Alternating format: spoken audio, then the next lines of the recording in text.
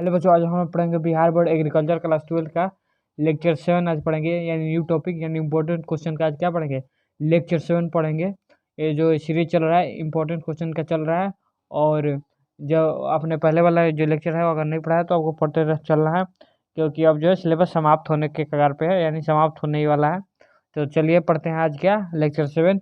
Citronella. Citronella क्या होता है उसी के बारे में आज पढ़ेंगे। सिट्रोनेला का दूसरा प्रचलित नाम जावा सिट्रोनेला जो है, इसे जावा सिट्रोनेला भी कहा जाता है। सिट्रोनेला को यह एक बहुवर्षीय तना विहीन लंबी पत्तियों वाला सुगंधीय घास है। क्या है यह एक बहुवर्षीय है, यानी क्या है, यह बहुवर्षीय फसल है। तना विहीन, यह क्या है, तना विहीन यानी तना इसमें नहीं है। लंबी पत्तियों वाली सुगंधीय घास है, यह सुगंधीय घास यानी सुगंधीय घास है। सिट्रोनेला का दूसरा प्रचलित नाम क्या है, जावा सिट्रोनेला भी है इसका दूसरा प्रचलित नाम, और बहुवर्षीय है। ठीक है, आगे क्या है, इनकी पत्तियों से सिट्रोनेला तेल निकाला जाता है। इनकी पत्तियों से क्या निकाला जाता है, सिट्रोनेला तेल, इसे यानी इसमें से तेल निकाला जाता है। एवं उसकी ऊंचाई लगभग 1.5 से 2 मीटर तक होती है। उसकी ऊंचाई कितनी होती है, लगभग 1.5 से 2 मीटर तक होती है। वनस्पति का नाम क्या है, सिम्बोपोगॉन।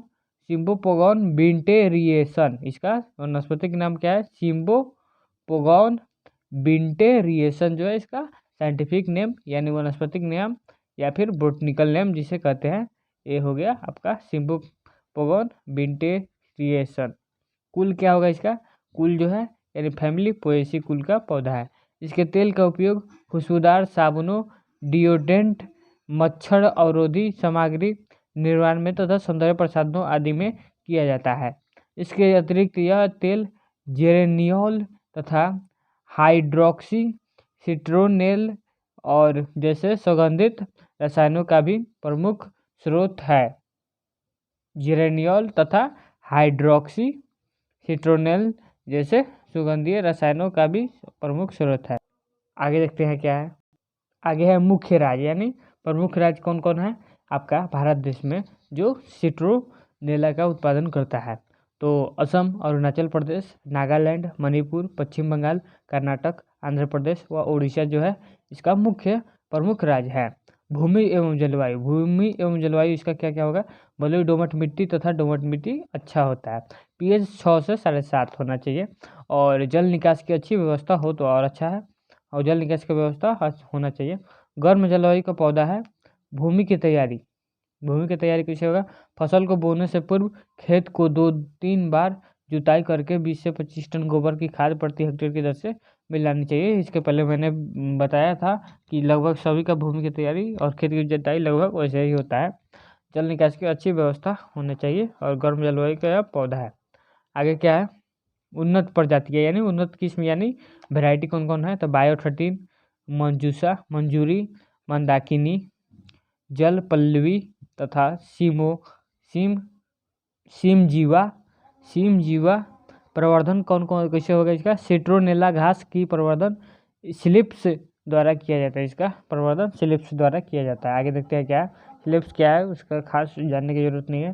चलिए आगे देखते हैं क्या है, उर्वरक क्या क्या होगा यानी खाद क्या होगा, 120 से 150 किलोग्राम नाइट्रोजन, 60 से 80 किलोग्राम फास्फोरस, 50 से 70 किलोग्राम पोटास प्रति हेक्टेयर होना चाहिए, अच्छा रहता है। और स्लिप्स क्या होता है तो एग्जाम में नहीं पूछता है, आप इतना मालूम रखिए कि उसका प्रवर्धन स्लिप्स से होता है। आगे क्या है, रोग एवं उनकी रोकथाम। तो रोग क्या होगा, उसका रोकथाम कैसे होगा, कोई भी डाउट हो तो कमेंट जरूर कीजिएगा। तना छेदक कीड़ा, इस कीट का प्रकोप प्रायः अप्रैल से जून तक होता है। इसके नियंत्रण के लिए निराई गुड़ाई के उपरांत 10 से 12 किलोग्राम कार्बोप्यूरान 3G का छिड़काव प्रति हेक्टेयर की दर से करना चाहिए। आप खुद से भी पढ़ के समझ सकते हैं, ये खुद से ही पढ़ने वाला है। झुलसा रोग, यह रोग बरसात के मौसम में फफूंदी द्वारा होता है। इसके बचाव के लिए 10 से 15 दिन के अंतराल से डायथेन M45 का छिड़काव करना चाहिए। झुलसा रोग का नियंत्रण भी हो गया। उपज, प्रथम वर्ष में तेल का पैदावार 150 किलोग्राम एवं द्वितीय तृतीय वर्ष में 200 से 300 प्रति हेक्टेयर होती जो है इसका क्या तेल का उत्पादन होता है। आगे देखते हैं क्या है, और तथा चौथे वर्ष से उत्पादन घटने लगता है।